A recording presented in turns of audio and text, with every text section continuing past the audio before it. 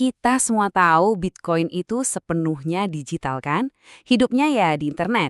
Tapi, pernah kepikiran gak sih apa yang terjadi kalau internet di seluruh dunia tiba-tiba mati? Apakah Bitcoin bakal ikut lenyap gitu aja? Yuk kita cari tahu jawabannya.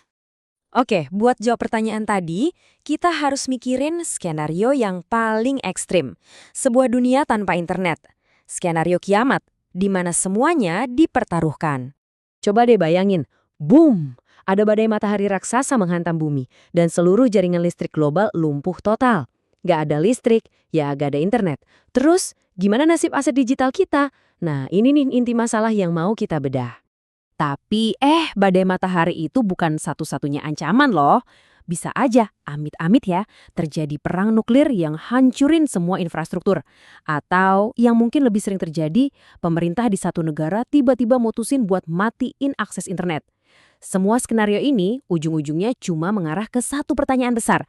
Nah, sebelum kita ngomongin solusinya yang keren-keren, kita harus jujur dulu. Kita harus ngadepin satu-satunya titik kelemahan sejati Bitcoin. Apa itu? Oke, biar jelas ya. Kalau semua, benar-benar semua, lebih dari 16.000 node jaringan dan semua salinan blockchain itu hancur dalam waktu yang bersamaan, ya udah, itu akhir dari Bitcoin. Selesai, titik. Oke, tadi kan skenario terburuknya. Sekarang, mari kita lihat kenapa skenario kiamat total itu hampir mustahil untuk terjadi.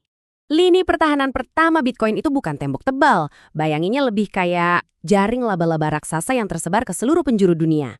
Nah, konsep inilah yang kita sebut desentralisasi. Dan ini adalah mekanisme pertahanan yang kuat banget.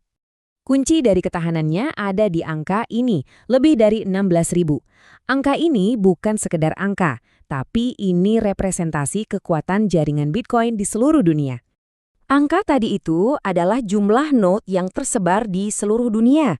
Dan setiap node ini masing-masing nyimpen salinan lengkap dari blockchain.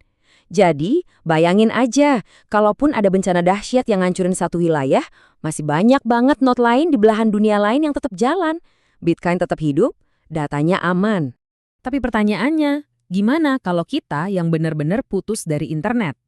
Nah, disinilah Bitcoin nunjukin kekuatannya yang jujur aja, di luar dugaan. Oke, jaringan globalnya mungkin aman.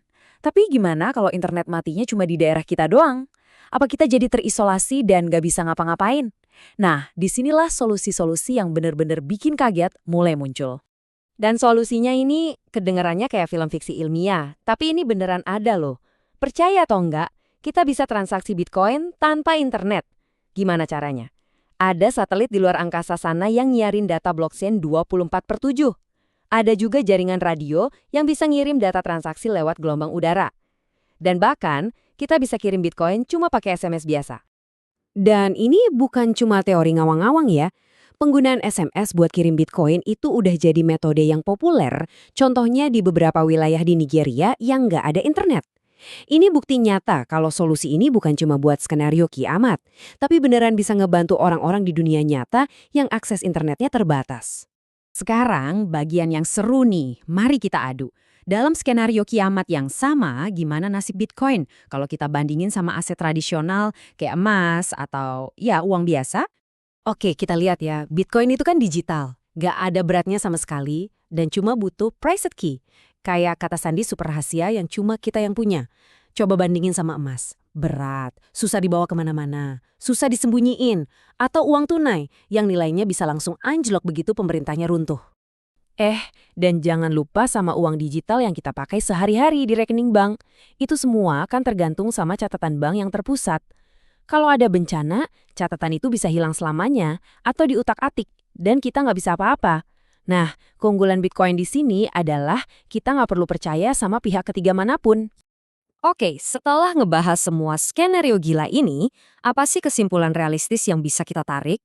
Tapi kita juga harus realistis. Kalau beneran terjadi kiamat, prioritas utama kita semua ya bertahan hidup. Makanan, air, tempat aman, itu bakal jauh lebih berharga daripada aset apapun di dompet digital kita. Tapi, coba pikirkan ini. Ketika situasi sudah tenang dan sudah waktunya kita membangun kembali peradaban, saat kita butuh lagi alat tukar yang bisa dipercaya, Kira-kira uang masa depan itu bakal seperti apa? Apakah sebuah sistem yang terdesentralisasi, yang tangguh, dan yang pada dasarnya gak bisa dihancurkan? Bakal jadi jawabannya?